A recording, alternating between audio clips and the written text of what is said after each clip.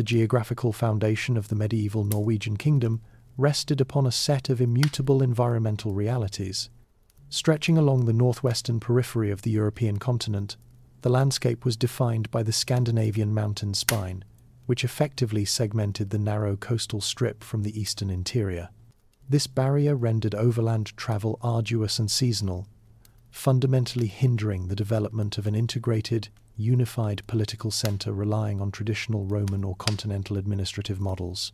Instead, settlement patterns clustered intensely along the deep, sheltered fjords and the archipelagos, which served not as geographical ends but as conduits. The sea was therefore not merely a resource for fishing, it was the essential, year-round infrastructure for communication, commerce, and mobility. This natural condition necessitated a maritime-centric social structure, where the ownership and operation of seaworthy vessels, such as the carvae and early longships, were paramount indicators of power and economic viability. Before the conventional start of the Viking Age, this region existed as a mosaic of independent chieftainships, or småkongerika. These small kingdoms were defined less by fixed borders, and more by the personal allegiance sworn to a hevding or jarl, whose authority radiated outward from their coastal manor.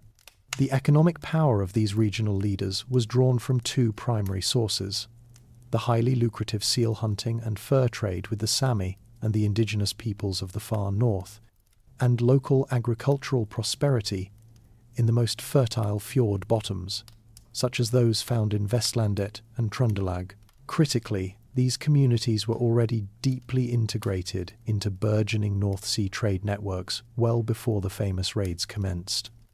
Just a quick announcement: if you enjoy this video so far, please subscribe to our channel, as it motivates us to bring you a new story every evening. This is the only kind request tonight, and we won't bother you with it anymore until the very end of today's story. Let's get back to the video. Archaeological evidence, particularly the abundance of Roman and Byzantine coinage, found in coastal hoards dating to the migration period, confirms that wealth flowed into these settlements, sustaining powerful, localized elites who commanded private retinues of warriors.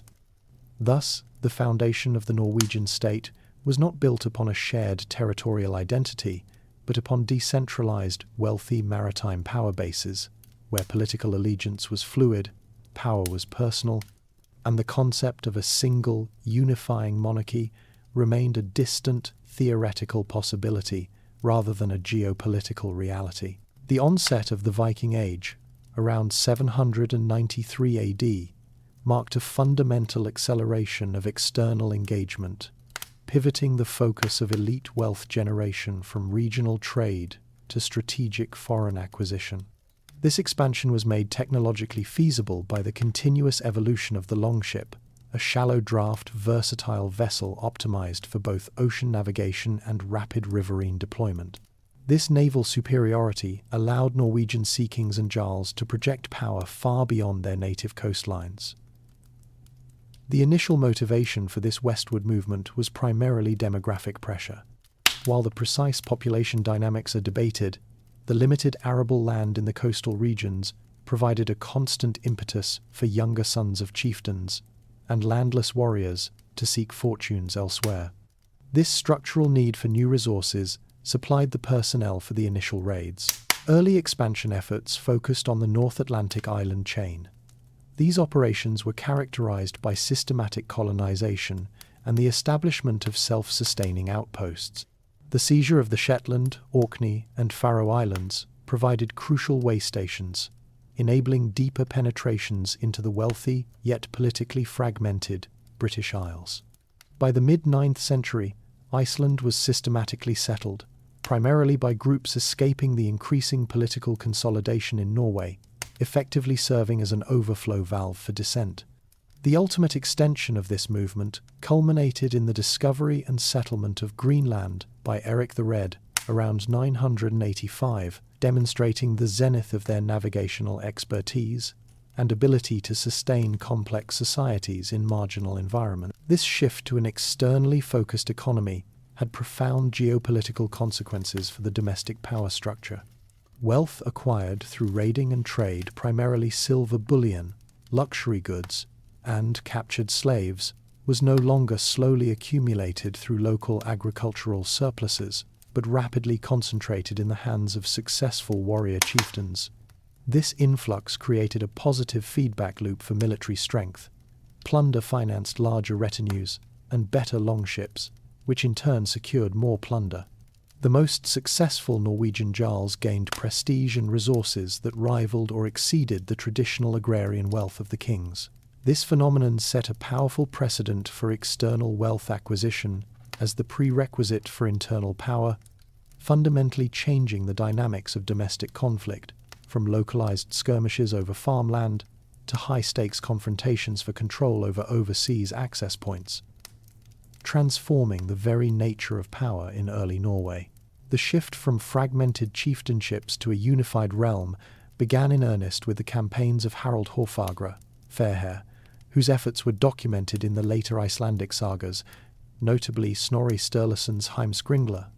While the precise chronology remains debated, the traditional date of circa 872 AD for the decisive Battle of Hafrsfjord serves as the symbolic inflection point for this political consolidation. Harald's objective was a direct challenge to the existing decentralized system of small kings, asserting a unitary authority over key maritime trading routes and resource-rich coastal areas, particularly in Vestlandet, western Norway. His success was not merely a local victory. It signaled a fundamental change in the scale of conflict, moving from internal skirmishes to the mobilization of large, coordinated naval forces. Hafrsfjord represented the culmination of a systematic military effort to suppress the regional Smokongerika, who held power primarily through the control of local wealth and private fleets. The battle involved an alliance of independent kings and jarls who recognized Harald's growing power as an existential threat to their autonomy. Harald's victory shattered this coalition, leading to the permanent collapse of several ruling dynasties in the south and west. This subjugation allowed Harald to implement a radical new policy, the assertion of allodial rights, the crown's claim to ownership of all land in Norway. This declaration meant that former landowning jarls and bender free farmers were now subject to royal tax, or landsgild, transforming them into tenants on territory they had previously held outright. This established a new fiscal basis for centralized royal authority, funded not by external plunder, but by domestic revenue streams, creating an embryonic state economy. The consequence of this imposition was immediate and geopolitical. Numerous powerful, defeated chieftains refused to submit to Harald's new taxation and centralized control.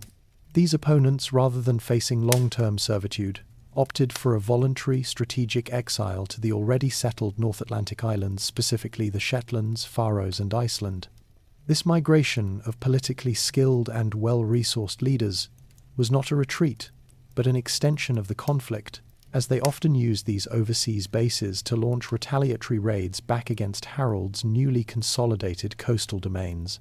Thus, the Battle of Hafrsfjord directly catalyzed the political development of the Icelandic Commonwealth and significantly fueled the subsequent, sustained Norwegian expansion into the Western Seas, transforming a domestic political victory into a massive, irreversible demographic and geopolitical displacement.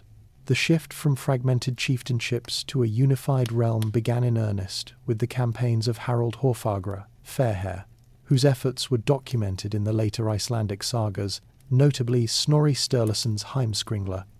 While the precise chronology remains debated, the traditional date of circa 872 AD for the decisive Battle of Hafrsfjord serves as the symbolic inflection point for this political consolidation. Harald's objective was a direct challenge to the existing decentralized system of small kings, asserting a unitary authority over key maritime trading routes and resource-rich coastal areas, particularly in Vestlandet, western Norway. His success was not merely a local victory, it signaled a fundamental change in the scale of conflict, moving from internal skirmishes to the mobilization of large, coordinated naval forces. Hafrsfjord represented the culmination of a systematic military effort to suppress the regional Smokongerika, who held power primarily through the control of local wealth and private fleets. The battle involved an alliance of independent kings and jarls who recognized Harold's growing power as an existential threat to their autonomy. Harold's victory shattered this coalition, leading to the permanent collapse of several ruling dynasties in the south and west. This subjugation allowed Harold to implement a radical new policy. The assertion of allodial rights, the crown's claim to ownership of all land in Norway.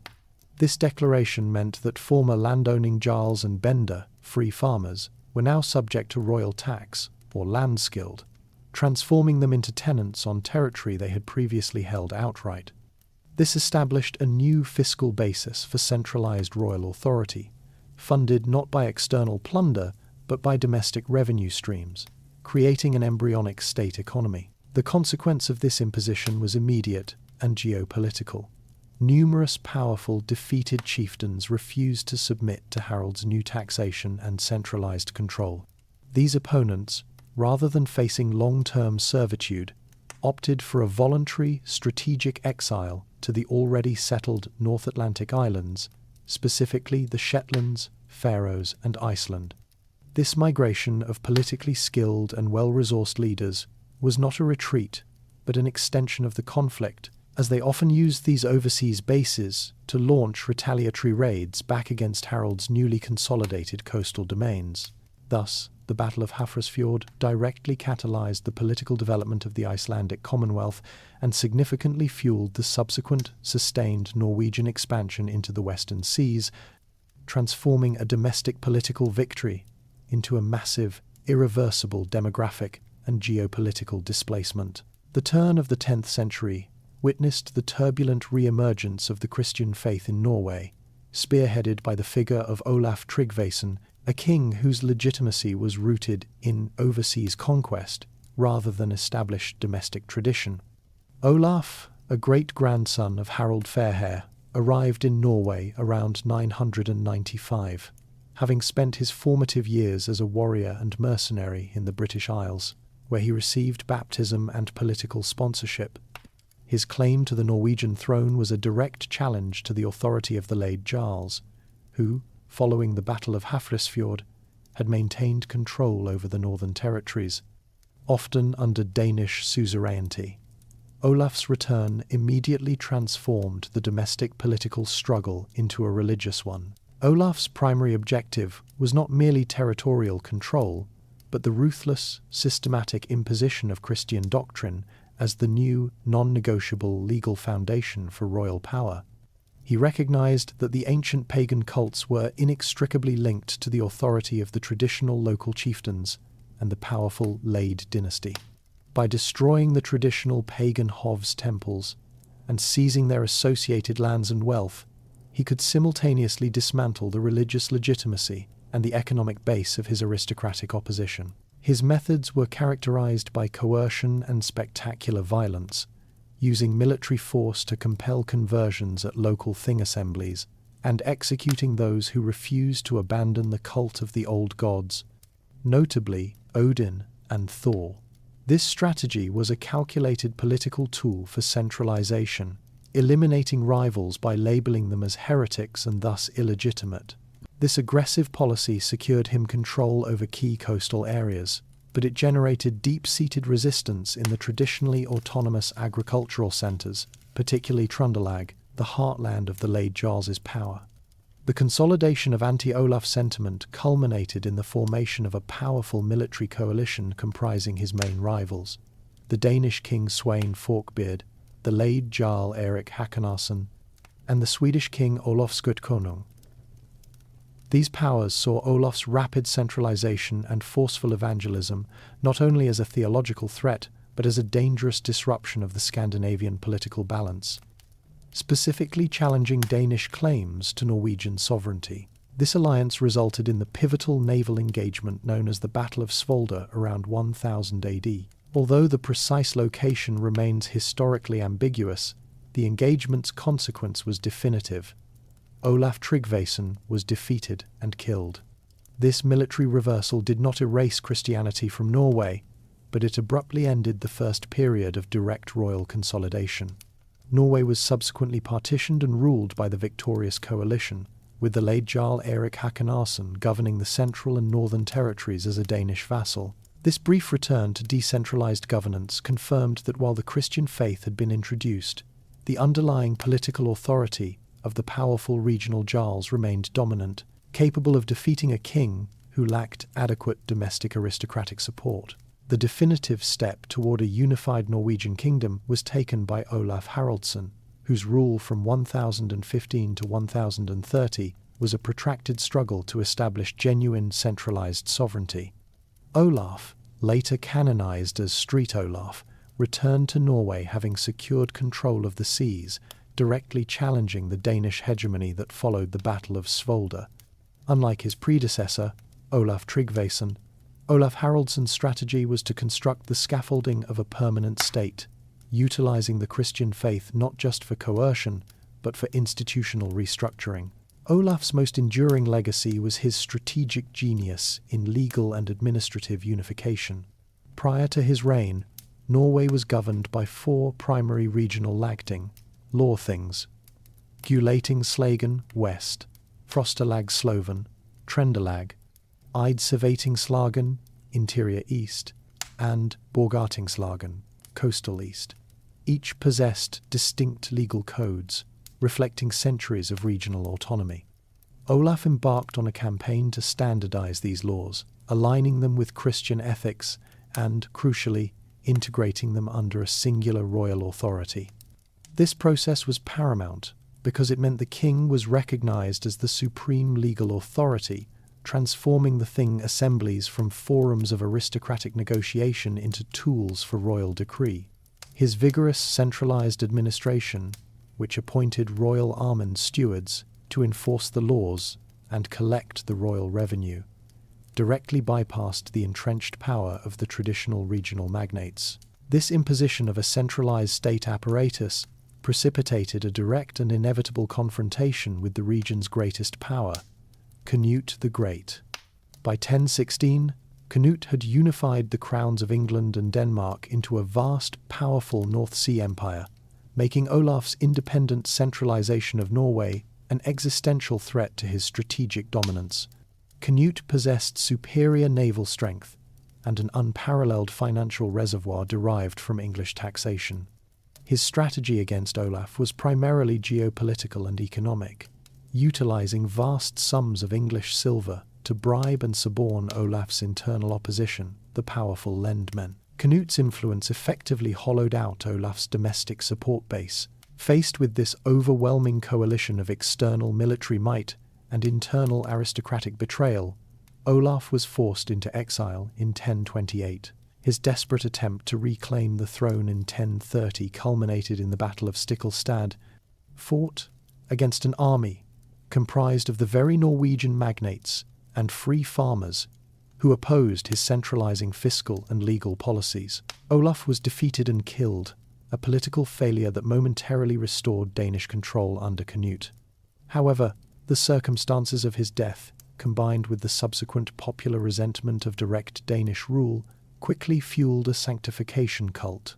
Within a year, the former tyrant was locally recognized as a holy king, and the spiritual Rex Perpetuus Norvegiae, eternal king of Norway.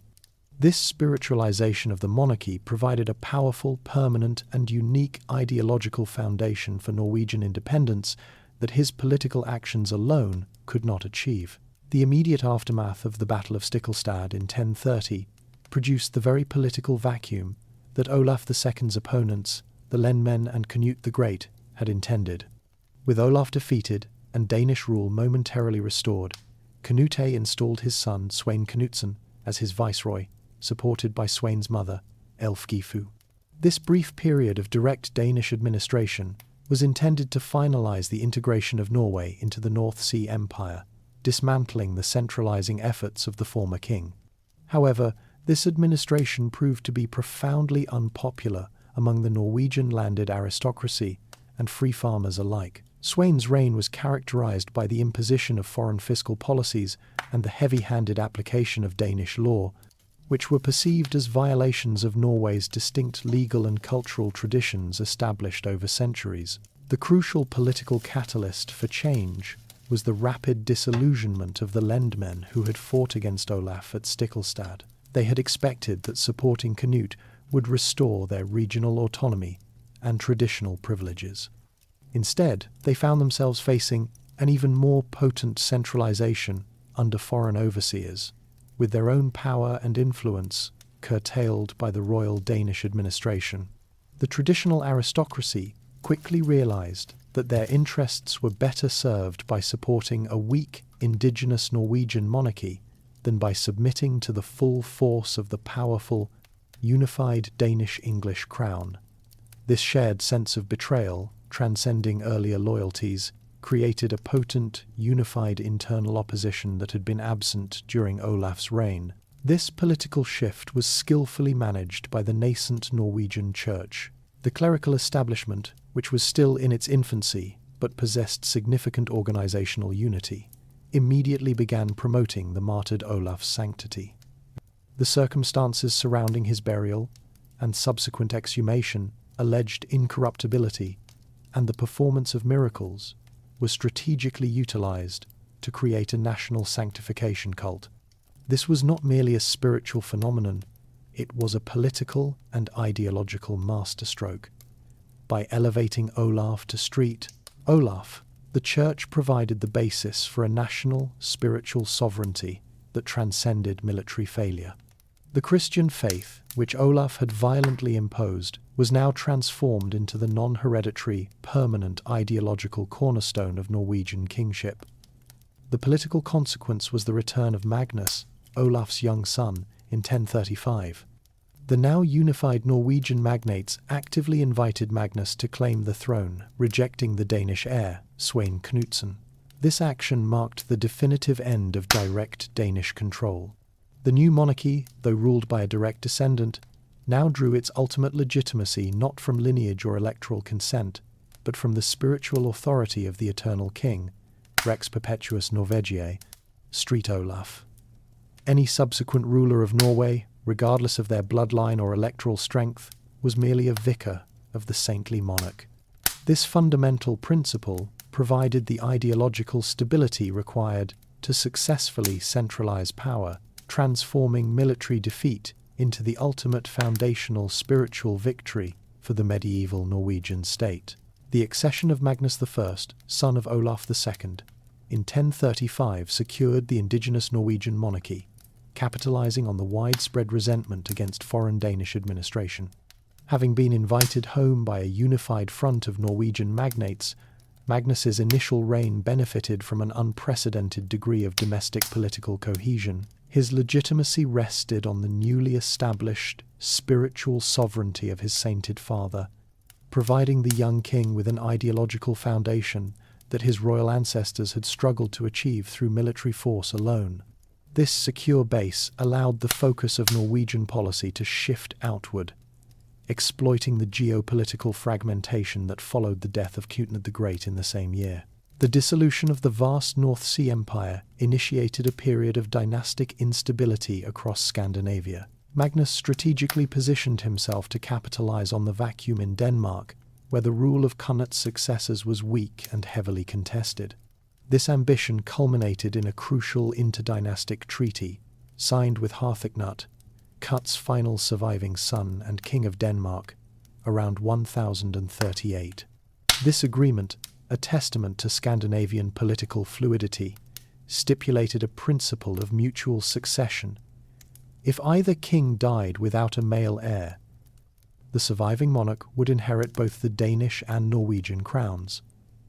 This legal arrangement was a profound step, creating the legal framework for a Norwegian dynasty to potentially rule the unified Scandinavian realms. When Harthacnut died without an heir in 1042, Magnus promptly sailed to Denmark and claimed the Danish throne, thereby unifying Norway and Denmark under his personal rule, and effectively reconstituting the North Sea power structure, albeit under Norwegian leadership. Securing this claim, however, demanded the majority of his attention and resources.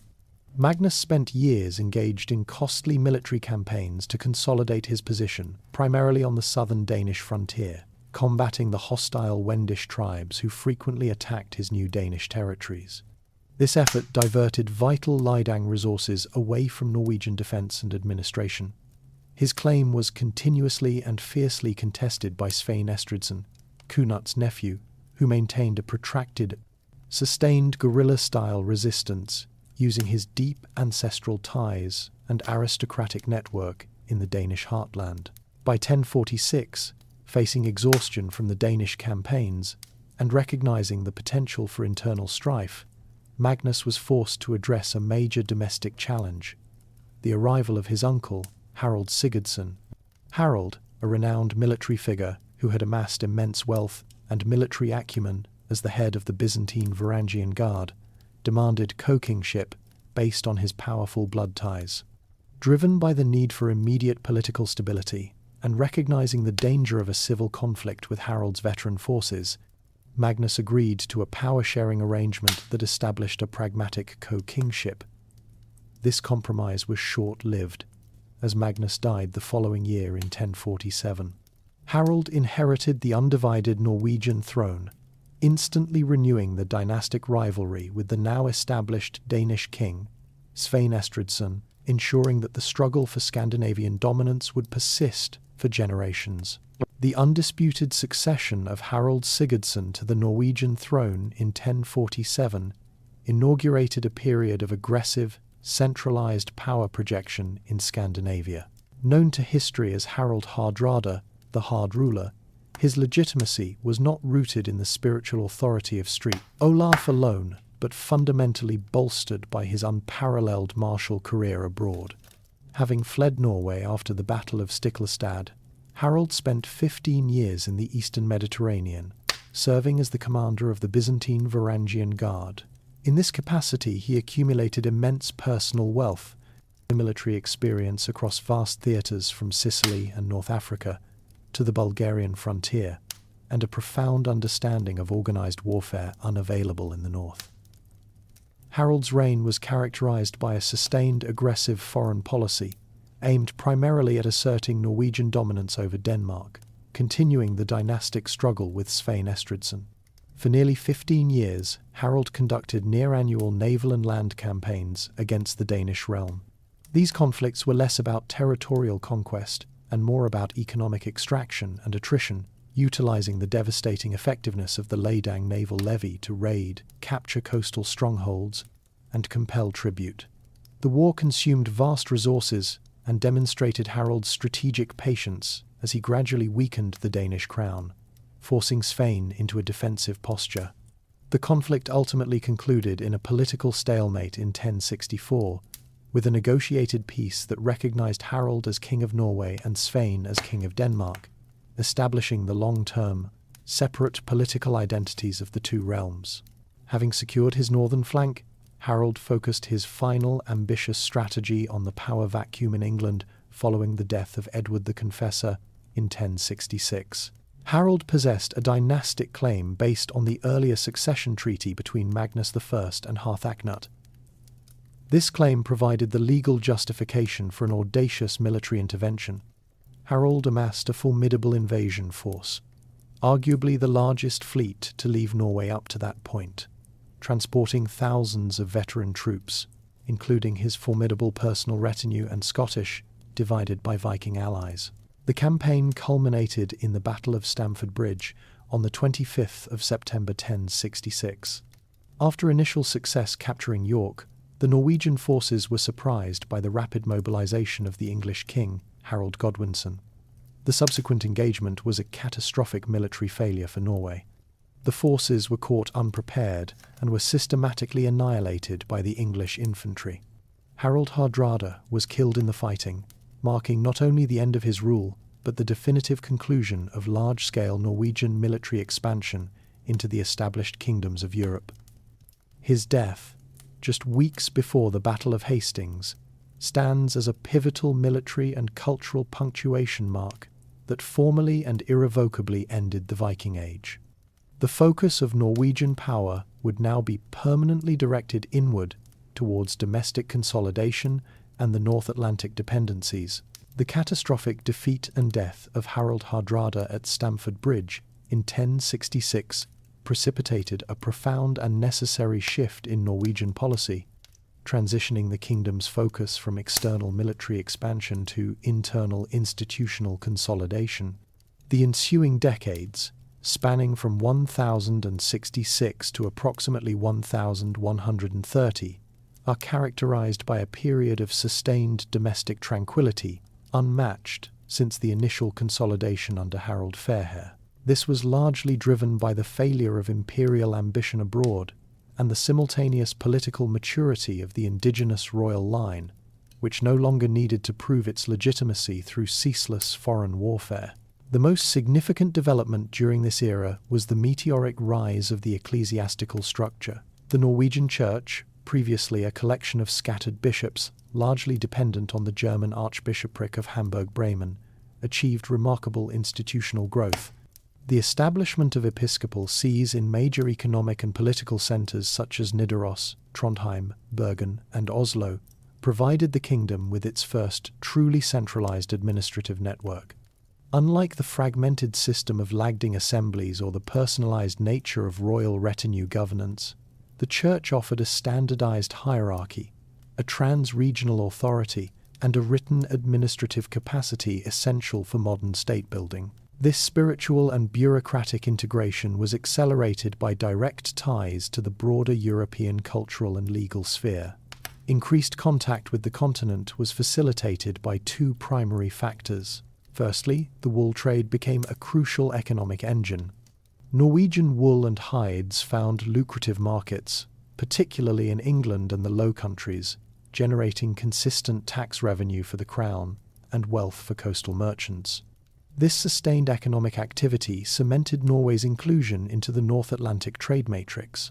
Secondly, the cult of Street Olaf gained international prominence. Pilgrimage to Nidaros Cathedral became one of the key devotional journeys of Northern Europe. The continuous stream of pilgrims, often high-ranking clergy and nobles, brought not only foreign currency, but also advanced theological, architectural, and administrative ideas, directly influencing Norwegian court and church functionaries. During this period, the kings, including Magnus Barefoot and his successors, focused their energies on developing urban infrastructure, particularly in the aforementioned episcopal centres.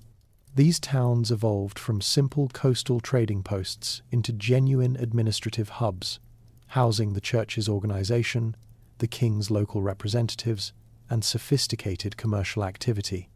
The church's presence provided the necessary manpower and administrative templates for the crown to effectively delegate judicial and fiscal powers. This symbiotic relationship saw the church's spiritual legitimacy bolster the king's political power, while the king's authority provided the military and legal framework for the church to grow and secure its landholdings.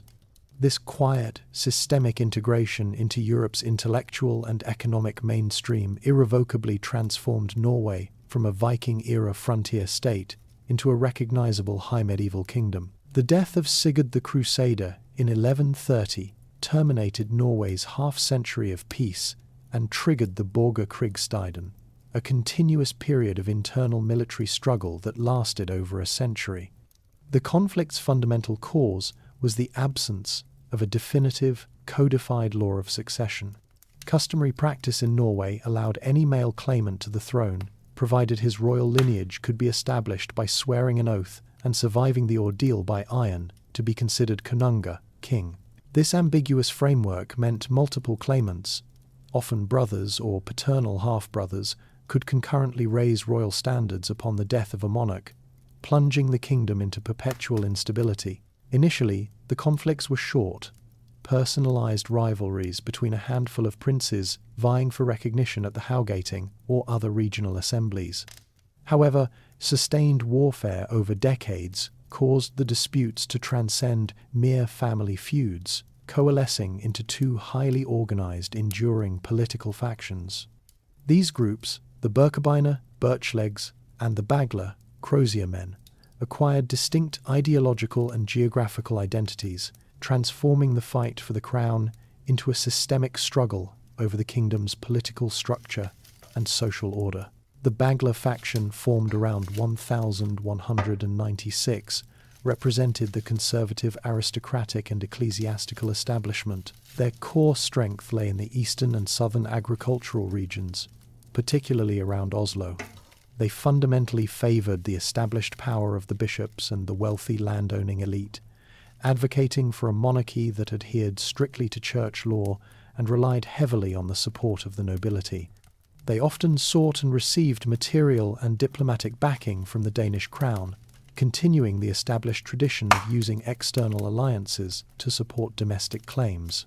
Conversely, the Birkebeiner faction emerged as a more radical populist movement, often attracting individuals from the lower strata of society, including landless men, minor chieftains, and dispossessed farmers, hence their name, referring to the poor who wore birch bark leggings. While their origins were rough, they became the engine for centralization. Their leaders, often challenging the conservative clerical hierarchy, advocated for a strong unitary monarchy that drew its primary strength from the people in the Lidang system, rather than relying solely on the great magnates.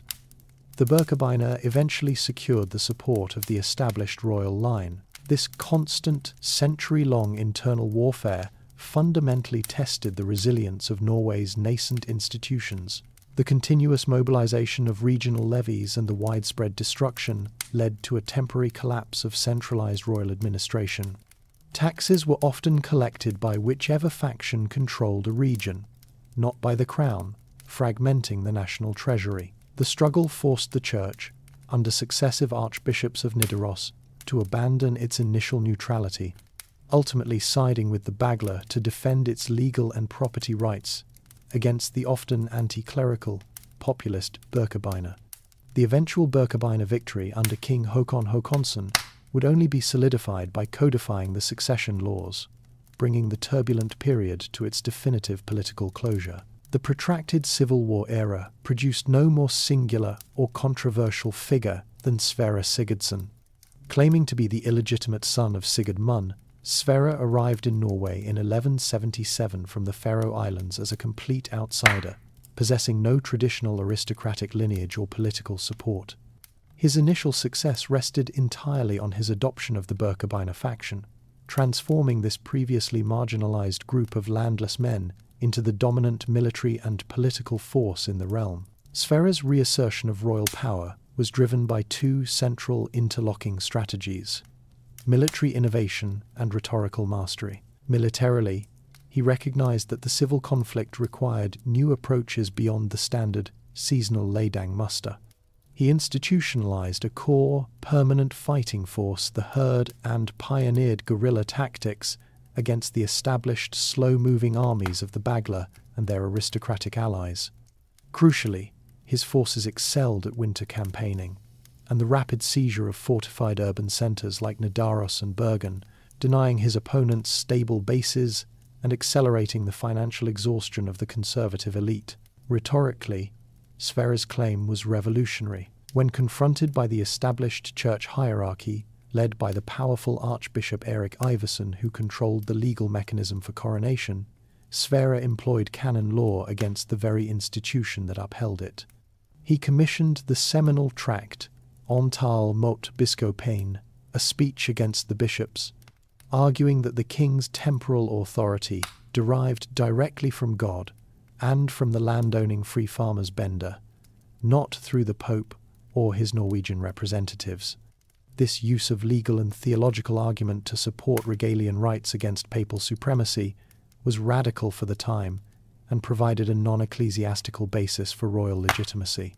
Sverre effectively declared that the king was ordained to rule the regnum realm directly, asserting the monarchy's supremacy over the church in temporal matters, including the control of church appointments and land. This confrontation led to Sverre's excommunication by Pope Innocent III and the full alignment of the Bagler faction with the church.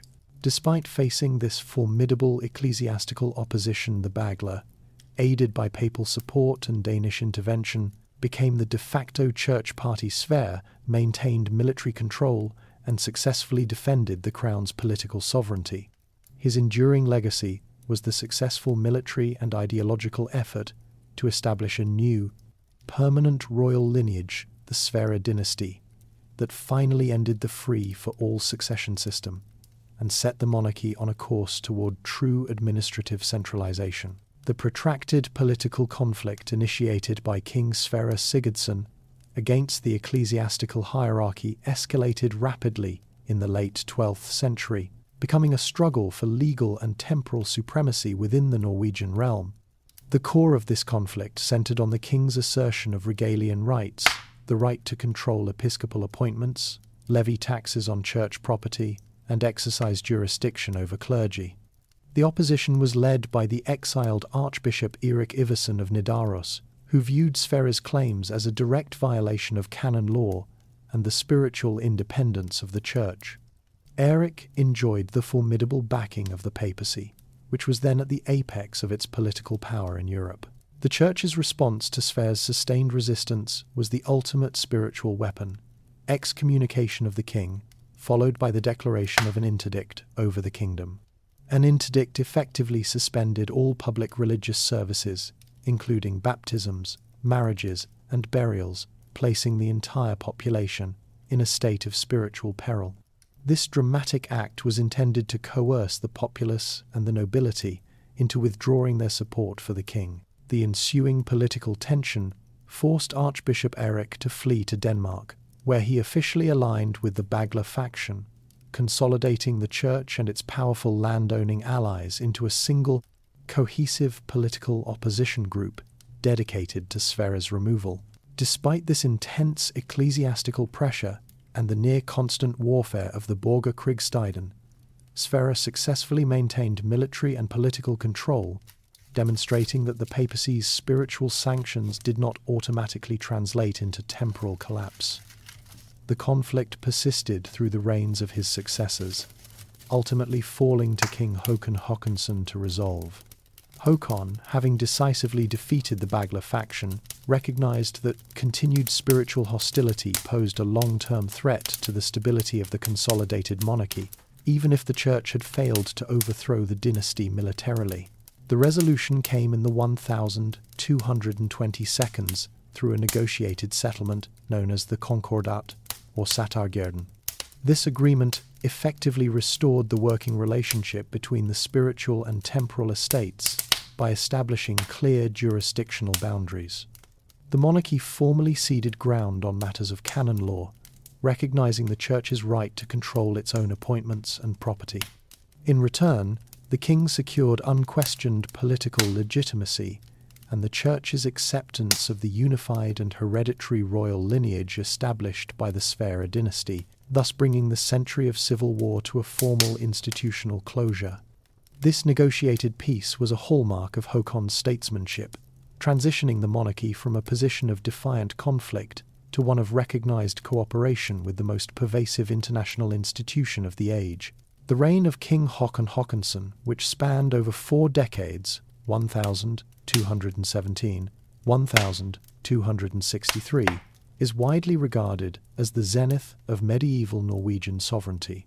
Haakon, who emerged victorious from the turbulent Borgerkrigstiden, spent his early years transitioning the monarchy from a military dictatorship to a stable, centralized government.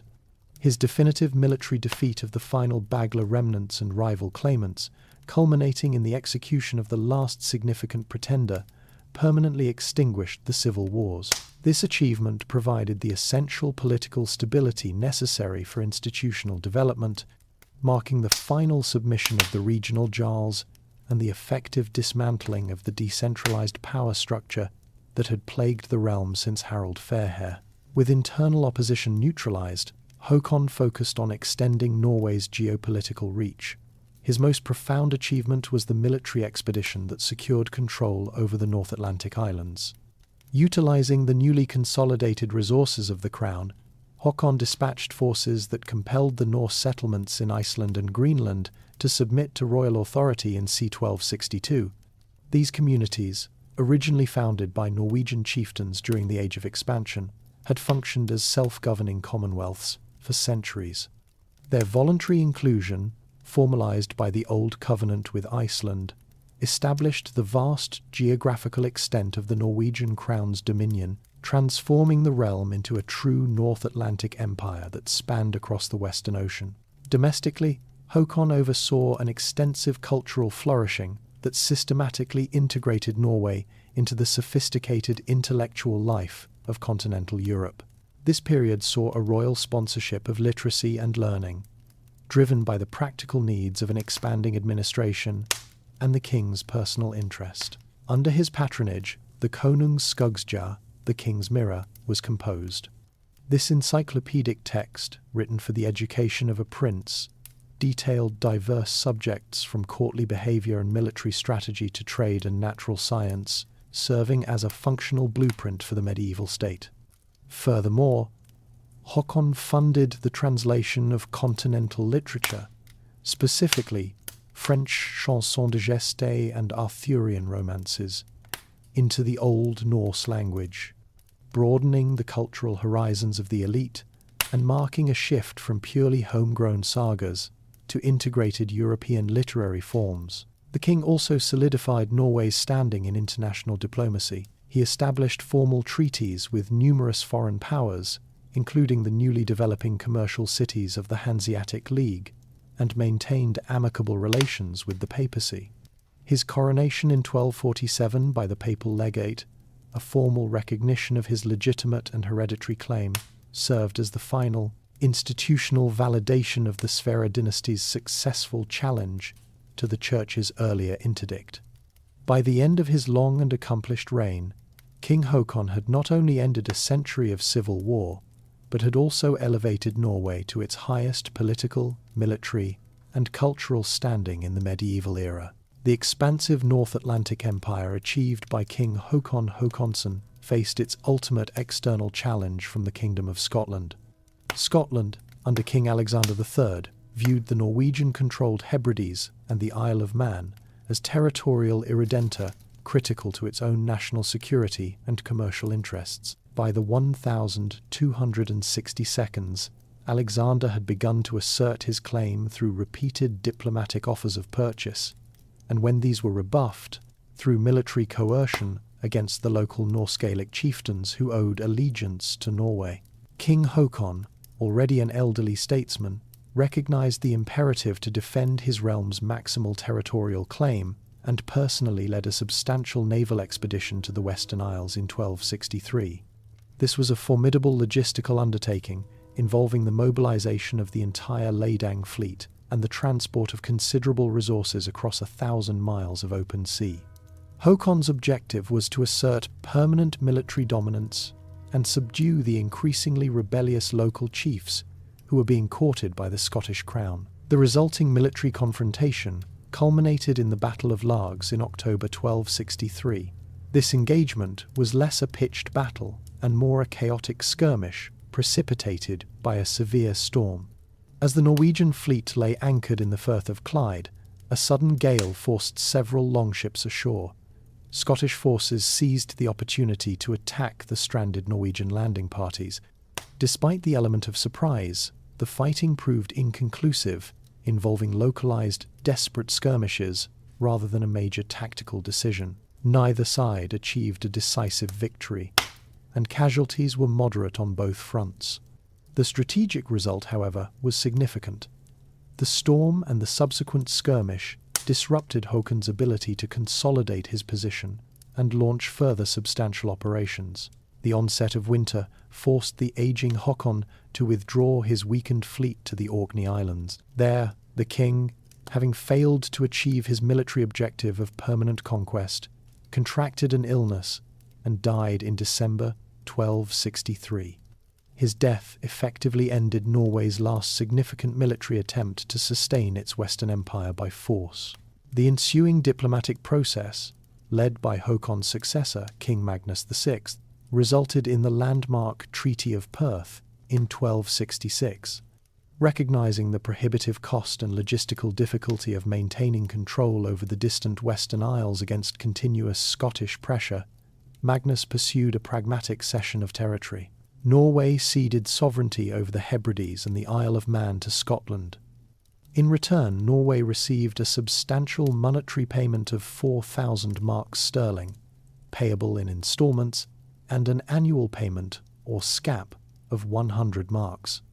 Crucially, the treaty provided unqualified Scottish recognition of Norwegian sovereignty over the strategically important Shetland and Orkney Islands.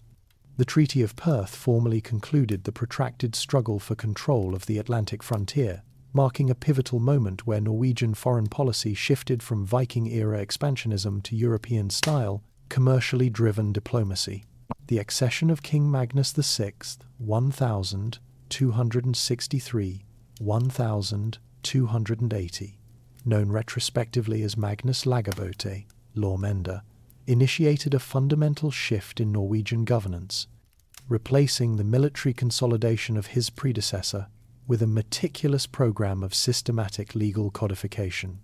His central achievement was the complete rationalization of the kingdom's decentralized legal structure, which had historically rested upon 4 distinct Lagding law assemblies: the Gulating, the Frostating, the Eidsivating, and the Borgarting. These regional codes featured considerable variation and internal contradiction, reflecting the fragmented nature of Norway's early unification. Magnus's momentous legislative project resulted in the creation of the Landslov, national law, in 1274. This single, comprehensive legal code superseded all previous regional laws, establishing for the first time a unified system of justice applicable to every free man within the kingdom's mainland boundaries. This act was not merely an administrative convenience, it was a profound assertion of unitary royal authority that cemented the king's role as the supreme source of law. Lex semper sibenda est, the law is always to be written. The Landslov covered civil and criminal procedures, codified family law, regulated commerce, and defined the rights and duties of the aristocracy and the peasantry. The legislative sophistication of the Landslov was revolutionary for the era. It synthesized elements of Germanic customary law, which formed the bedrock of Scandinavian tradition, with concepts drawn from canon law and, notably, principles of Roman law that had been rediscovered in the universities of continental Europe. By incorporating these foreign, written legal principles, Magnus elevated the status of the Norwegian crown from a traditional warrior kingship to a legitimate European monarchy grounded in jurisprudence. This comprehensive text stabilized the political environment by providing predictable, written recourse against arbitrary aristocratic power. Following the success of the Landslov, Magnus extended his legal reach to the Leidang naval levy and the capital city. The Leidang law rationalized the ancient system of coastal defense, defining the precise obligations of the peasantry in supplying and maintaining ships and crews, thus integrating military duty into the formal legal framework. Subsequently, the Bylov town law of 1,276 standardized legal administration across Norway's emerging urban centres. These concurrent legal acts eliminated the final vestiges of local legal autonomy, firmly establishing the king's legal preeminence in both rural and urban spheres. The Landslov also codified the existing succession practice, confirming that the throne was hereditary within the royal house, thereby providing an institutional solution to the dynastic conflicts that had fueled the Borgerkrigstiden. This legal groundwork formalized the administrative apparatus of the Norwegian state, provided a basis for bureaucratic expansion, and ensured that Norway entered the 14th century with one of the most sophisticated and unified legal systems in all of medieval Europe, a testament to the king's pragmatic and intellectual approach to statecraft. The economic vitality of the Norwegian kingdom during the High Middle Ages became inextricably linked to the rapid expansion of maritime trade networks across the North Sea. At the core of this commercial revolution was the city of Bergen, which rapidly ascended to prominence as the undisputed principal emporium of the realm. Its strategic position, facing west towards the North Atlantic colonies and south toward the powerful trading partners on the continent, positioned it perfectly to channel goods between Norway's vast, resource-rich periphery and the commercial centres of Europe. Bergen's dominance was founded almost entirely upon the stockfish trade. Stockfish, or air-dried cod, was produced in enormous quantities in the Lofoten and Finnmark regions of northern Norway, where the seasonal migration of cod offered a reliable, high-protein food source that was easily preserved for long-distance transport. This commodity possessed immense commercial value due to its durability and the growing demand for lean fish in Catholic Europe, particularly during periods of Lenten fasting. The trade functioned as a monocentric system, with Bergen acting as the mandated funnel through which nearly all stockfish from the north had to pass. The flow of this commerce was fundamentally asymmetrical. The northern fishermen and farmers traded their dried fish in Bergen in exchange for essential foodstuffs, primarily grain rye and barley, imported from the south, alongside salt, iron tools, and textiles. This dependence on grain imports underscored a structural weakness in the Norwegian economy, which could not consistently meet its own population's demand for staple foods due to geographical and climatic limitations. This lucrative commercial activity inevitably attracted a powerful presence of foreign merchant communities, leading to a complex dynamic in the city's commercial governance. The most influential were the German merchants, primarily from Lübeck and other cities of the rising Hanseatic League. They were granted significant privileges by Norwegian kings, allowing them to establish permanent settlements, notably the Briggen district in Bergen, and operate largely outside the jurisdiction of the local town authorities. These privileges included tax exemptions and the right to maintain their own internal legal and administrative structures, creating a state within a state.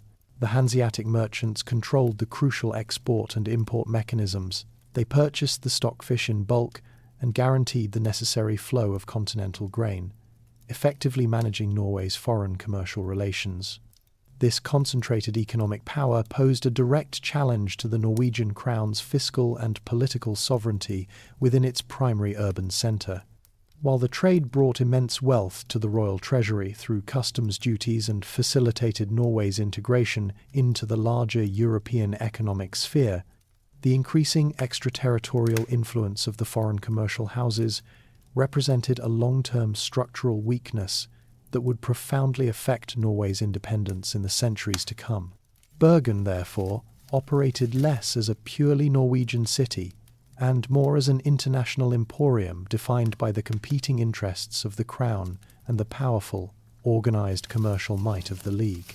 The year 1319 marked a fundamental juncture in the institutional history of Norway, inaugurating a period of dynastic union with a neighbouring Scandinavian kingdom that would last for centuries. This critical event was precipitated by the death of King Haakon IV Magnusson, the last male ruler of the long-established Sverre dynasty. Haakon, a centralizing monarch who had consolidated royal power and established Oslo as the effective administrative capital of the realm, died without a male heir to succeed him. The resulting succession crisis was resolved through a prior marriage alliance and the principle of hereditary succession, as codified in the Landslov.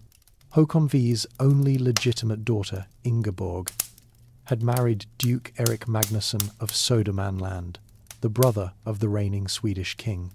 Their young son, Magnus Eriksson, became the direct and legal heir to both the Norwegian and Swedish thrones upon the death of his maternal grandfather, Haakon V. This simultaneous dual inheritance effectively united the crowns, bringing the two independent kingdoms under the shared reign of a single monarch, Magnus Eriksson, who was merely 3 years old at the time. While the union was initially purely dynastic, meant to respect the bloodline inheritance of both realms, the long-term political impact on Norway was immediate and substantial. The governing of the two realms required the young king, or rather, his regents, to prioritize a single administrative centre. With Magnus Eriksson inheriting the more populous and economically dominant Kingdom of Sweden, the royal focus inevitably gravitated towards Stockholm. This transfer of the royal administrative centre represented a crucial shift away from Norway. During the late Sverre dynasty, Oslo had developed significantly, primarily due to King Haakon V's efforts to establish a sophisticated royal bureaucracy and house the permanent central chancellery. With the king now perpetually absent, the high-level decision-making and administrative personnel followed the monarch to Sweden. Key Norwegian nobles and royal officers found their influence diminished, and the day-to-day operations of the Norwegian state were increasingly managed by Swedish regents and councils based outside the country. The powerful local nobility, already smaller and less cohesive than its Swedish counterpart, failed to successfully assert Norwegian national interests against the dominant party in the dual monarchy. This loss of the residing monarch and the central administration effectively reduced Norwegian political autonomy. The country became a secondary concern within the wider Scandinavian context, a trend reinforced by its challenging geography, smaller population, and the ongoing commercial dominance of the Hanseatic League in its key port of Bergen. While Norway theoretically retained its separate legal and constitutional identity, the power of the landslov was compromised by the absence of the highest temporal authority to actively execute and enforce it. The foundation was laid for centuries of political subordination within various Scandinavian unions. The structural weaknesses introduced by the dynastic union were immediately and profoundly exacerbated by the arrival of the Black Death to Norway in 1349. This pandemic, caused by the bacterium Yersinia pestis, entered the realm through the maritime trade routes that were its economic lifeline. Historical consensus suggests the plague arrived at the port of Bergen on a ship carrying wool and grain imports from England, effectively turning the country's main commercial hub into the initial point of biological contagion.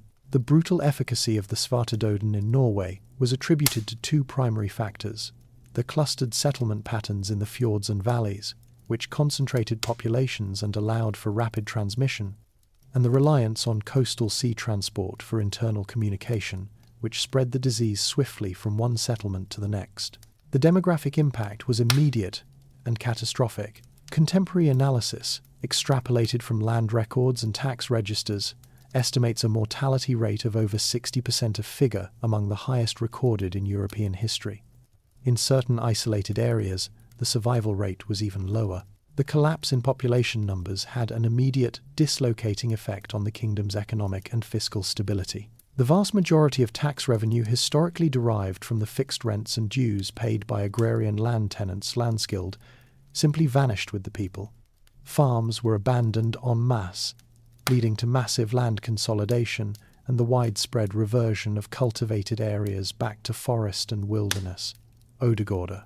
This devaluation of agrarian property fundamentally restructured the wealth of the kingdom. The plague's impact was selective yet crippling for the administrative class.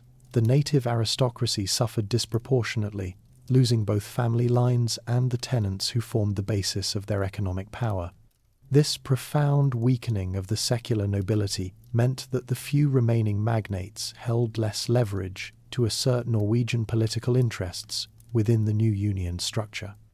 Simultaneously, the clergy suffered immense losses, disrupting the church's capacity to function. Episcopal sees and remote parishes were often left without educated personnel, leading to a long-term decline in clerical competence and administrative continuity. Institutionally, the royal administrative structure, already suffering from the non-resident king and the transfer of the central chancellery to Sweden, was rendered almost inert. The small but functional bureaucracy, established by Haakon IV, simply could not recover the manpower and expertise necessary to collect revenue or enforce the landslov effectively.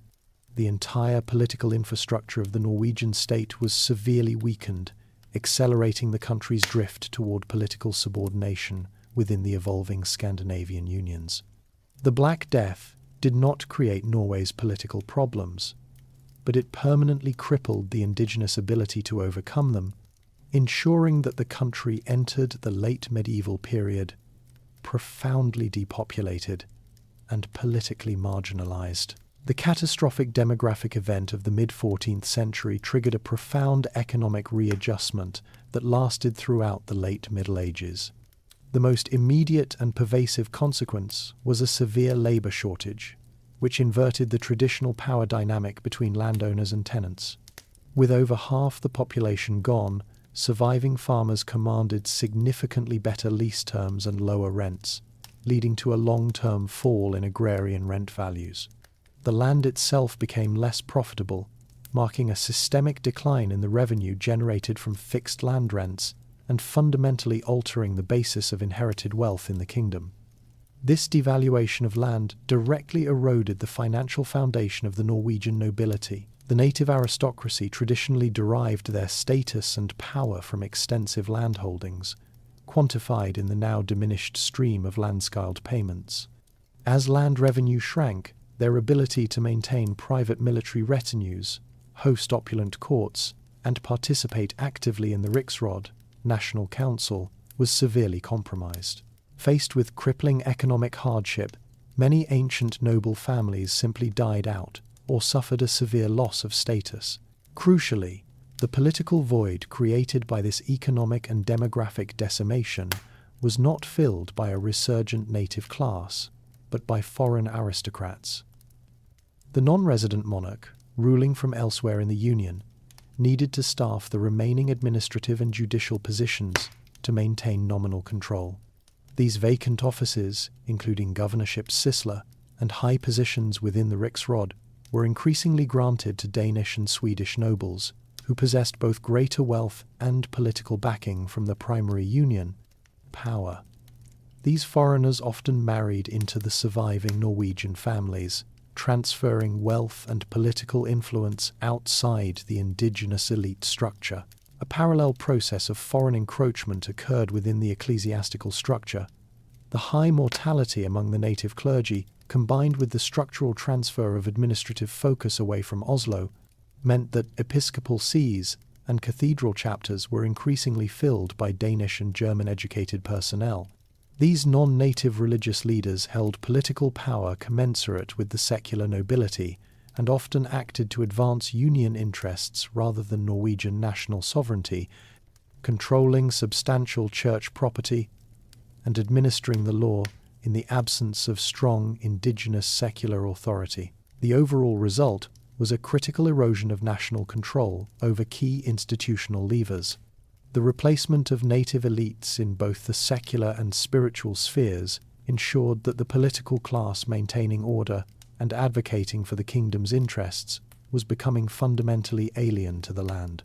This institutional substitution reinforced the perception of Norway as a subordinate entity whose governance was managed by external powers, ensuring the country's prolonged political marginalization within the subsequent union arrangements.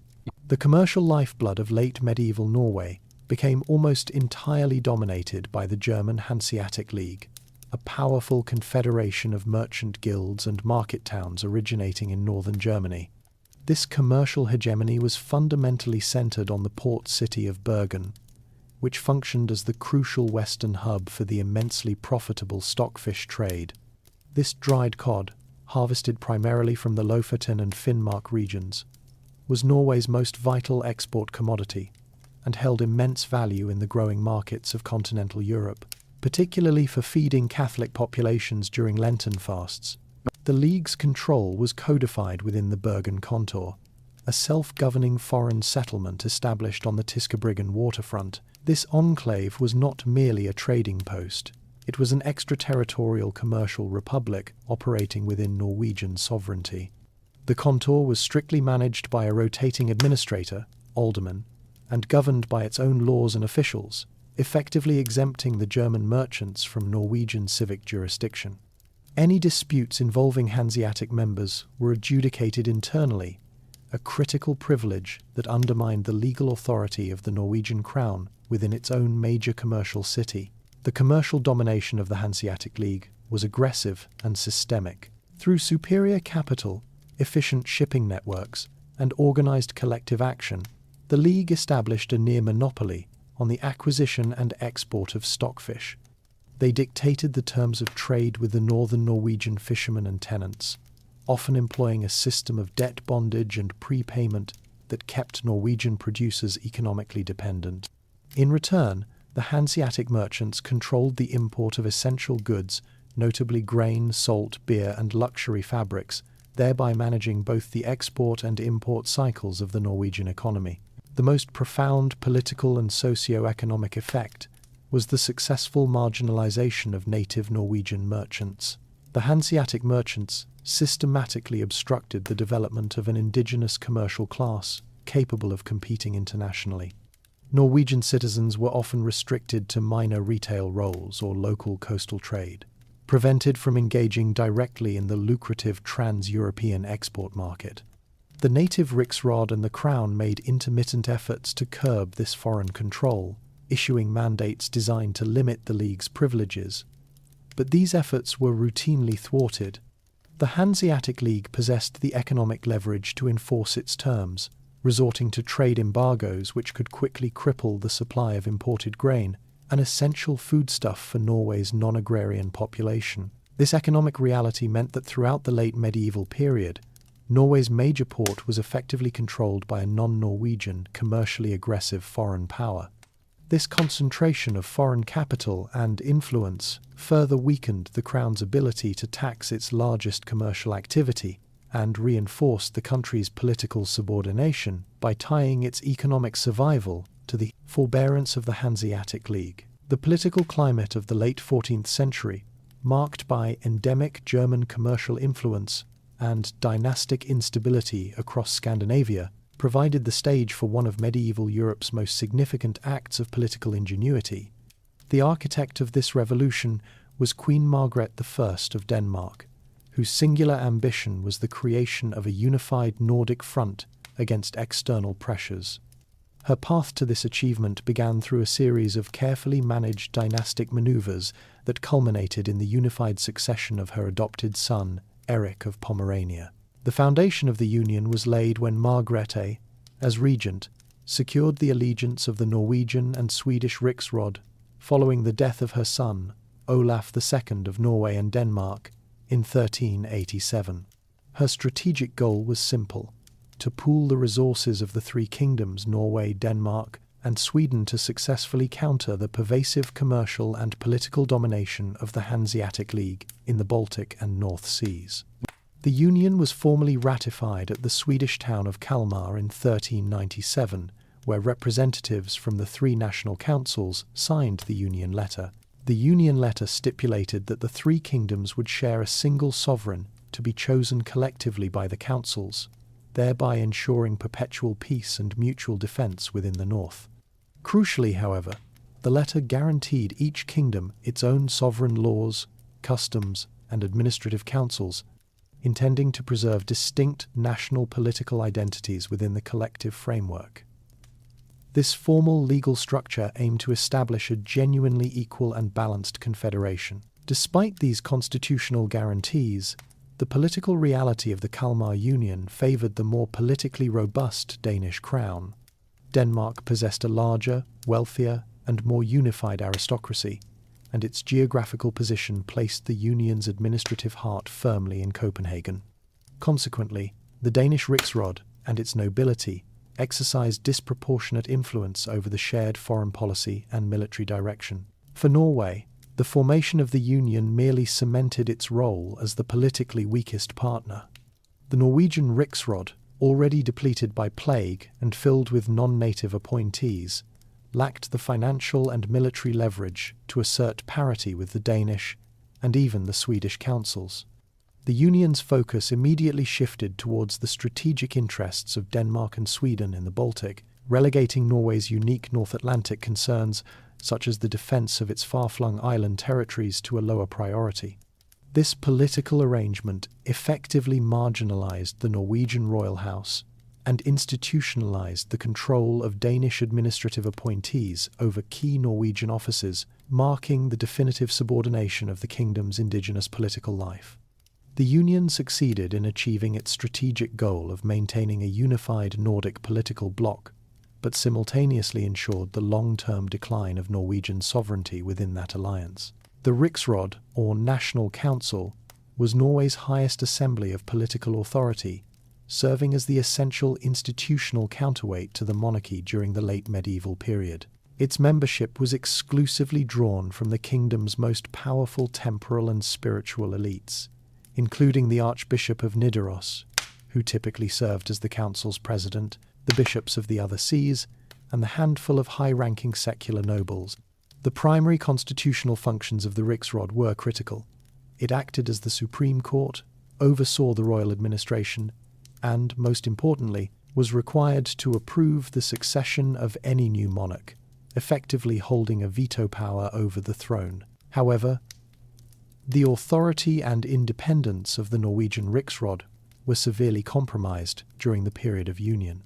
Its effectiveness relied entirely on the strength and unity of the native aristocracy, a class that had been critically decimated and impoverished by the Black Death.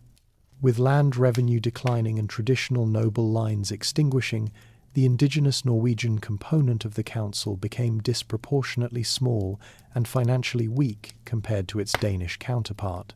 This allowed the Union monarchy, ruling primarily from Copenhagen, to systematically undermine the riksråd's ability to function as a sovereign check on royal power.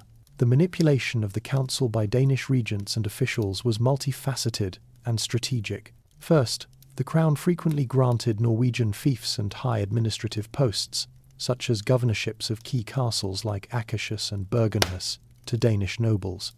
These appointees, holding essential military and financial power, were then nominated and confirmed as members of the riksråd, transforming the highest governing body into an assembly increasingly dominated by non-native interests. These foreign councillors prioritized the centralization of power under the Danish crown and were politically loyal to the ruling monarch, not the specific interests of the Norwegian kingdom. Furthermore, Danish regents deliberately curtailed the instances and duration of riksråd meetings. When issues concerning Norway were discussed, the Crown often preferred to conduct negotiations through joint Scandinavian council meetings, which immediately placed the small Norwegian delegation at a numerical and political disadvantage against the combined Danish and Swedish representatives. This method ensured that decisions affecting Norwegian sovereignty, particularly matters of war, peace, and taxation, were effectively made by the foreign majority. By the early 15th century, the riksråd had been functionally subordinated to the Union monarchy. While it retained its formal legal status and the right to confirm the king, its political will was fractured, its membership diluted, and its executive function usurped by Danish-controlled castellans and administrators. This erosion of its power meant that the essential political voice of Norway became merely an echo of the dominant Danish agenda, cementing the kingdom's status as a subordinate province within the Kalmar Union. The history of the Kalmar Union throughout the 15th century was defined by intermittent political crises stemming from a combination of unresolved succession issues and the persistent armed opposition of the Swedish kingdom. Following the initial stabilization under Margrethe I, the Union was plagued by repeated power vacuums created by the failure of the central monarchy to maintain a direct, unquestioned hereditary line across the three thrones. This structural instability created a recurring scenario where the Norwegian riksråd was forced into diplomatic and political contortions, consistently prioritizing immediate stability over fully recovered national sovereignty. The most significant external pressure was the Swedish secession attempt. The Swedish riksråd frequently rejected the Union's central authority, viewing it as a thinly veiled Danish hegemony, and nominated their own local candidates for the Swedish throne. This defiance often resulted in outright military conflict, primarily fought between Danish and Swedish forces across the Baltic region. Because Norway was legally bound to the mutual defence clause of the Union, these conflicts frequently dragged Norwegian resources and political capital into struggles that held little direct benefit for the Norwegian kingdom. These external conflicts and subsequent royal depositions created periods of interregnum, forcing the Norwegian State Council to act decisively to fill the power vacuum.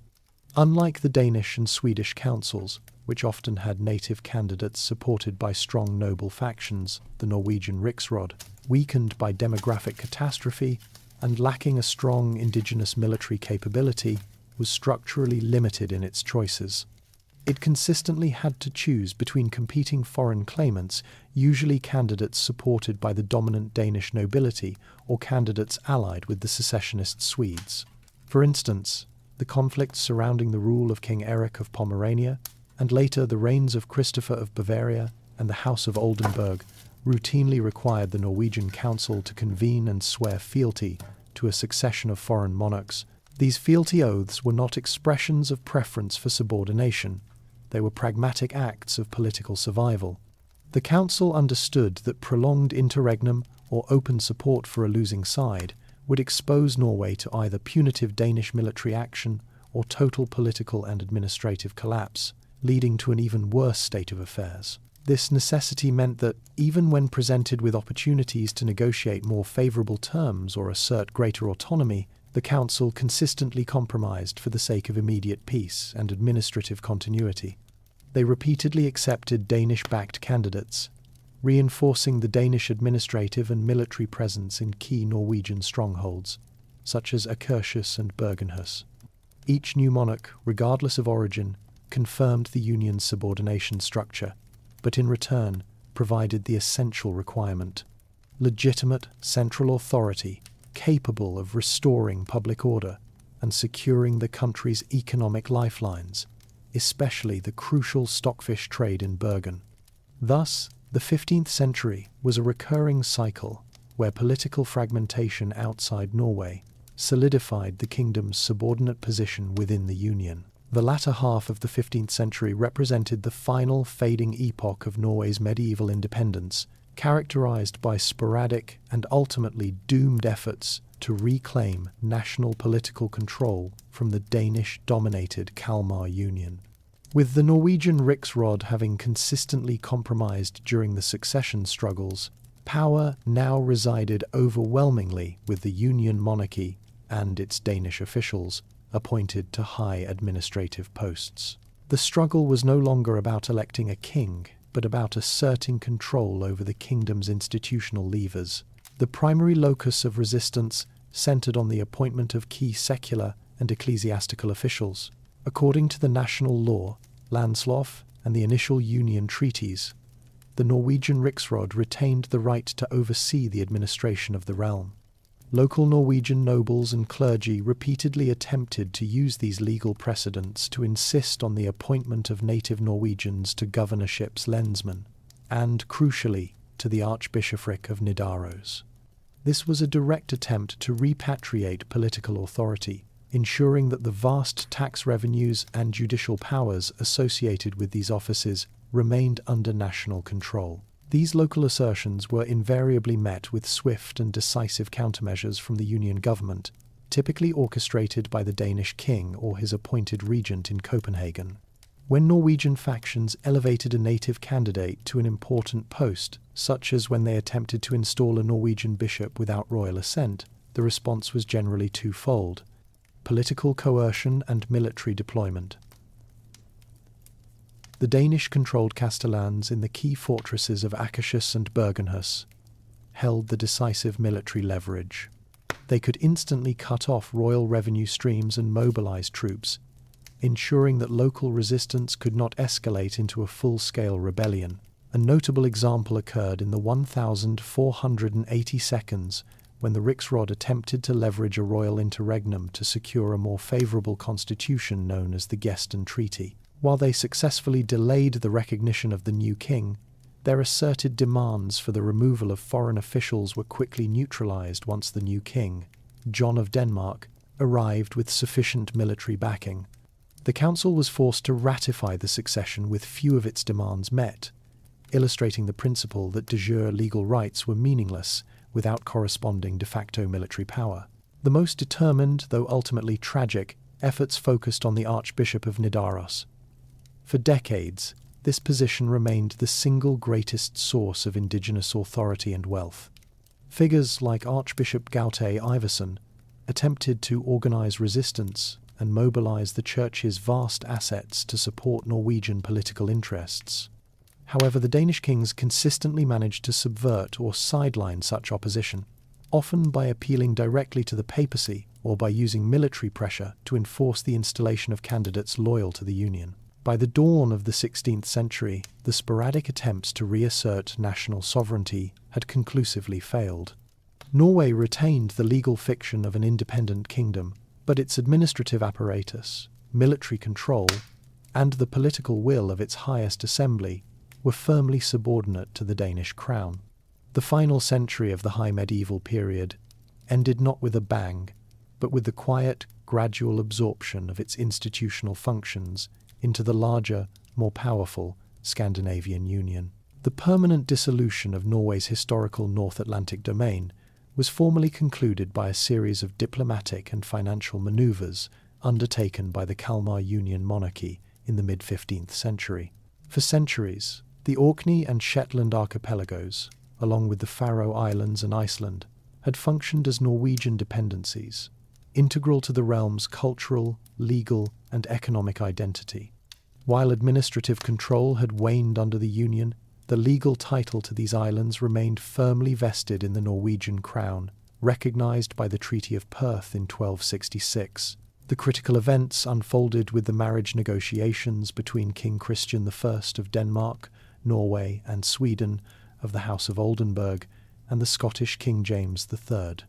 Christian I faced chronic and acute financial distress, exacerbated by costly wars with Sweden and internal administrative overruns. His inability to pay the outstanding financial obligations, specifically a debt owed to the Scottish crown, provided the immediate catalyst for ceding Norwegian territories. In 1468, a formal agreement was struck for the marriage of Christian I's daughter, Margaret of Denmark, to James III of Scotland. The terms dictated that the Orkney Islands would be pawned to the Scottish crown as collateral for a portion of the princess's unpaid dowry. This was a temporary transaction intended to be reversed upon the eventual payment of the sum. However, the royal financial situation never improved, and the necessary funds were never repaid. The following year, in 1469, a second, equally critical transaction occurred. The Shetland Islands were similarly mortgaged to Scotland to cover the remaining deficit of the dowry. Crucially, these cessions were executed solely under the authority of the Union monarch, without consultation or formal consent from the Norwegian riksråd. Since the islands legally belonged to the Kingdom of Norway, this transaction represented a unilateral breach of Norwegian sovereignty by the Danish-dominated Union government. The transfer of these territories was framed as a temporary pawn transaction, yet the financial reality of the crown ensured it became permanent annexation. The transactions effectively dissolved the western maritime reach of the kingdom and delivered control of the island's substantial local revenues and judicial authority to the Scottish monarchy. While the cession of Iceland and the Faroe Islands was averted, the loss of the Orkneys and Shetlands signalled the final collapse of the Norwegian medieval empire. This diplomatic action served as a potent, concrete symbol of Norway's diminished international standing within the Union. It demonstrated that the foreign policy and financial needs of the dominant partner Denmark took absolute precedence over the territorial integrity and long-term interests of the Norwegian kingdom. The act permanently altered the geopolitical map of the North Atlantic, cementing a reality where Norway was no longer a major player in the region, but a fiscally exploited and politically peripheral state within a union whose centre of gravity lay far to the south. The fundamental erosion of Norwegian sovereignty in the early 16th century was perhaps most acutely demonstrated by the chronic absence of any native defence capabilities, both at sea and on land. As the major powers of Europe transitioned towards state-funded standing armies and dedicated war fleets, the Norwegian kingdom, existing as the weaker partner in the Kalmar Union, failed to develop these necessary modern military institutions. The ancient ledang system, Norway's medieval naval levy where coastal farmers provided ships and men for defence, had become entirely obsolete and practically defunct. On land, the situation was similar. Norway did not possess a standing army or a domestically raised military corps.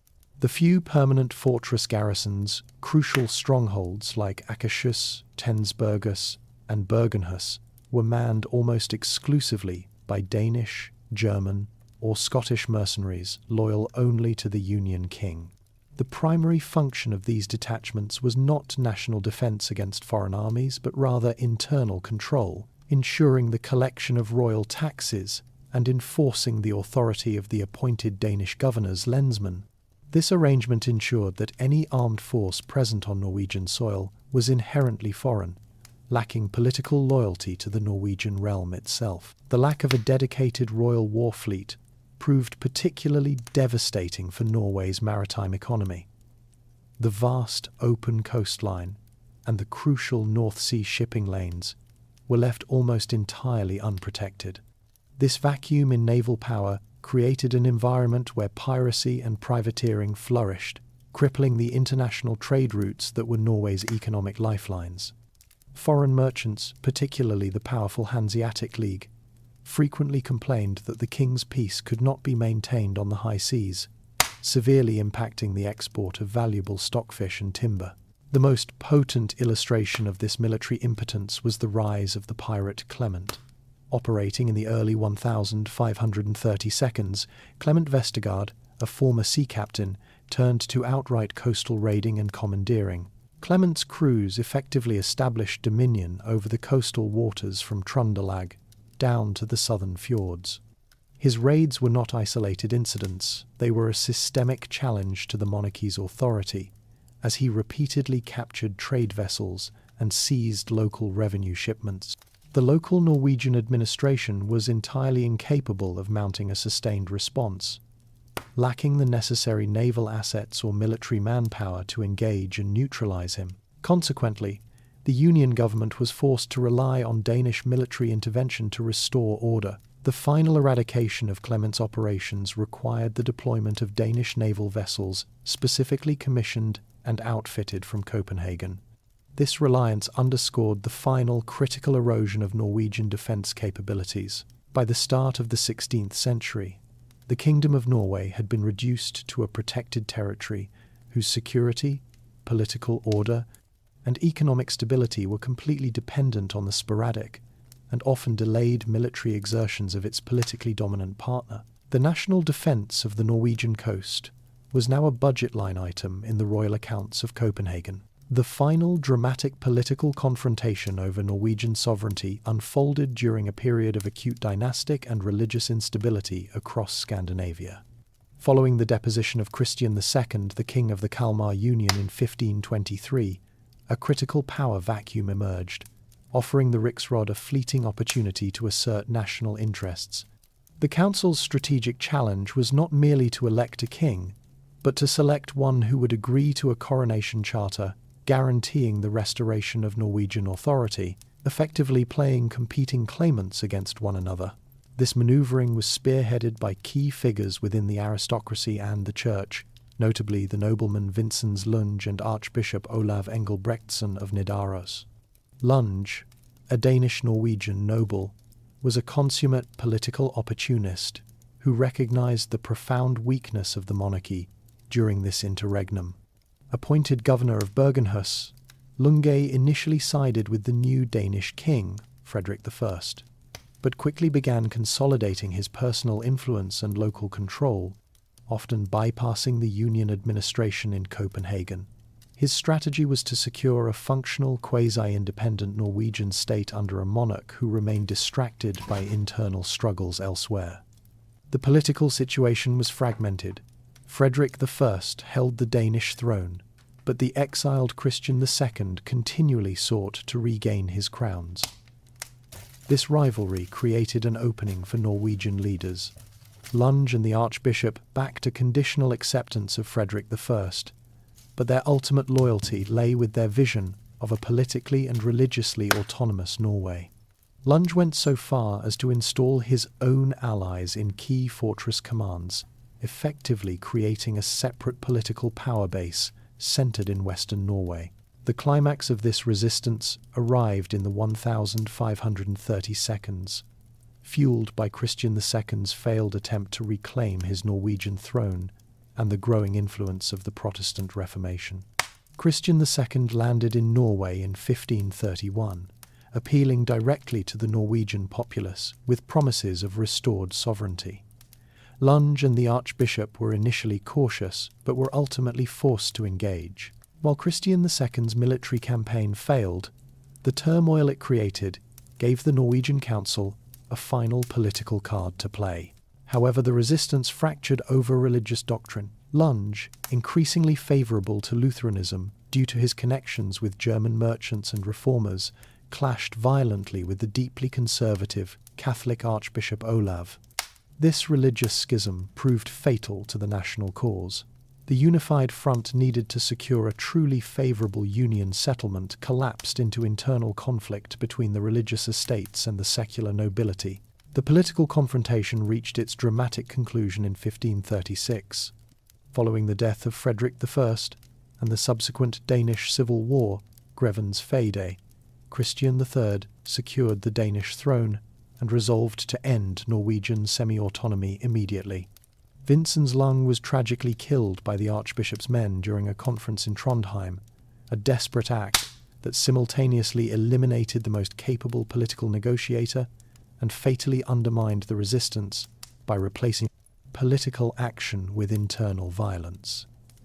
With Lung gone and the Catholic Archbishop isolated, Christian III had secured a clear path. The final blow to Norwegian independence came shortly thereafter, marked not by a military conquest, but by Christian III's proclamation of 1536, which formally demoted Norway from a co-kingdom to a Danish province, effectively dissolving its riksråd and extinguishing the final vestiges of its medieval political structure. The final existential conflict for Norwegian medieval independence became inextricably linked with the profound religious shift of the Protestant Reformation.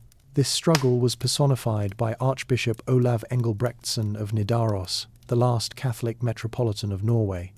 Unlike earlier political leaders who fought for secular autonomy, Olav became the central figure defending the two institutions that remained distinctively Norwegian, the Archiepiscopal See and the riksråd itself. He understood that the preservation of the traditional church was the last legal bulwark against complete Danish political absorption. Olav Engelbrektsson had been a central figure in the tumultuous politics of the 1522, yet his political ideology was rooted firmly in Catholic conservatism and the preservation of the Church's vast temporal power. He controlled significant military and financial resources derived from the Church's extensive landholdings, which, at that time, amounted to approximately 40% of all Norwegian soil. This wealth provided the financial and logistical backbone for a final armed resistance. His political goal was to utilize the Church's established position as head of the riksråd to crown a Norwegian, or at least a highly favorable Catholic monarch, thereby circumventing the imposition of a reform-minded Danish Lutheran king. The decisive conflict unfolded primarily between 1536 and 1537, following the final consolidation of Christian III's power in Denmark and the simultaneous formal introduction of the Lutheran Reformation there. Christian III had formally proclaimed the demotion of Norway to a Danish province and simultaneously dissolved the Catholic Church in Denmark, confiscating its assets. The Archbishop recognized that these two acts, political demotion and religious reform, were inseparable threats. If he lost the Church, he lost the entire political and economic foundation for any claim to Norwegian sovereignty. The Archbishop's final stand was characterized by military recruitment and desperate diplomatic engagement. He attempted to rally support from conservative Catholic powers on the continent, including the Holy Roman Emperor Charles V, but this aid never materialized in significant force. His local efforts were hampered by the internal collapse of the secular nobility, who, weakened by the Black Death and preferring stability under a secure Danish crown, largely refused to join a religious war. The decisive turn came with the murder of Vincens Lung, an act that had eliminated a key secular rival, but simultaneously isolated the Archbishop and painted his resistance as an act of violent religious extremism rather than unified national defense. In 1537, faced with the overwhelming military superiority of Christian III's forces, the Archbishop realized his position was untenable. He fled from his fortress at Nidaros, taking with him the shrine of Street Olav, the sacred symbol of Norwegian Christian kingship, in a final act to prevent its desecration by Protestant forces. Olav Engelbrektsson died in exile shortly thereafter. His flight and subsequent death marked the irretrievable collapse of Norway's separate ecclesiastical and political establishment. The church's vast economic resources were immediately confiscated by the Danish crown, eliminating the last independent source of national wealth and power. With the riksråd already dissolved and the native aristocracy decimated, the defeat of the final Catholic archbishop signified the end of Norway as a sovereign medieval kingdom, ushering in the centuries-long Danish period. The definitive conclusion to Norway's medieval history arrived not on a battlefield, but in the form of a royal decree issued from Denmark. With Archbishop Olaf Engelbrektsson exiled and the final vestiges of native political opposition neutralized, Christian III was unconstrained in reshaping the political structure of his composite realms. The document that formally extinguished Norwegian sovereignty was the hand-fastening Coronation Charter of Christian III, promulgated in 1537, immediately following his victory in the Danish Civil War and the establishment of the Reformation. While the primary function of the charter was to define the king's relationship with the Danish nobility, it contained a chilling and decisive provision regarding Norway. This decree formally declared that the realm of Norway was no longer to be considered a separate kingdom, but was henceforth reduced to a mere province, landstel, under the Danish crown. This single constitutional act served as the definitive legal marker for the end of the Norwegian medieval state. The constitutional implications of this declaration were profound and immediate. The decree abolished the riksråd as a functioning political body, stripping away the last national institution capable of exercising sovereign power. The riksråd had, in theory, retained the right to elect the king and administer the kingdom in his absence. Its dissolution removed the final legal mechanism through which Norwegian nobility could influence policy or succession. With the central administrative body gone, all effective governmental authority for Norway was irrevocably transferred to the royal chancellery and government in Copenhagen. Furthermore, the declaration extinguished the separate Norwegian royal chancellery. This office, though often dominated by foreign officials during the Union period, had maintained the legal fiction of a separate Norwegian state administration. Its replacement by a new system of lensman governors, appointed directly by Copenhagen, solidified the shift from a personal union of crowns to a genuine political subordination. These officials were now tasked not with representing a separate kingdom, but solely with executing the will of the Danish monarch and ensuring the flow of revenue to the main power centre. The declaration did not merely reflect the de facto reality of Danish power. It established a new de jure legal framework. It provided the legal justification for the confiscation of all church property and assets by the Danish crown, ensuring that the wealth which had previously provided the economic power base for the resistance was absorbed entirely by the Union monarch. This transfer of wealth cemented the monarchy's dominance and removed any potential source of independent financial power in Norway for centuries to come. This constitutional pronouncement marked the definitive end of Norway's medieval history. The legacy of Harald Fairhair, the laws of Magnus Lagabøte, and the constitutional sovereignty maintained under the Kalmar Union were legally rendered null. The Norwegian crown, once a sacred and distinct inheritance, became a mere title held by the Danish king. This established the Danish period, or 400-årsnatten, the 400 years night, a 4-century era defined by complete administrative and legal dominance from Copenhagen. The former kingdom would not regain its status as an independent political entity until 1814, confirming the 1537 decree as one of the most consequential constitutional moments in Norwegian history.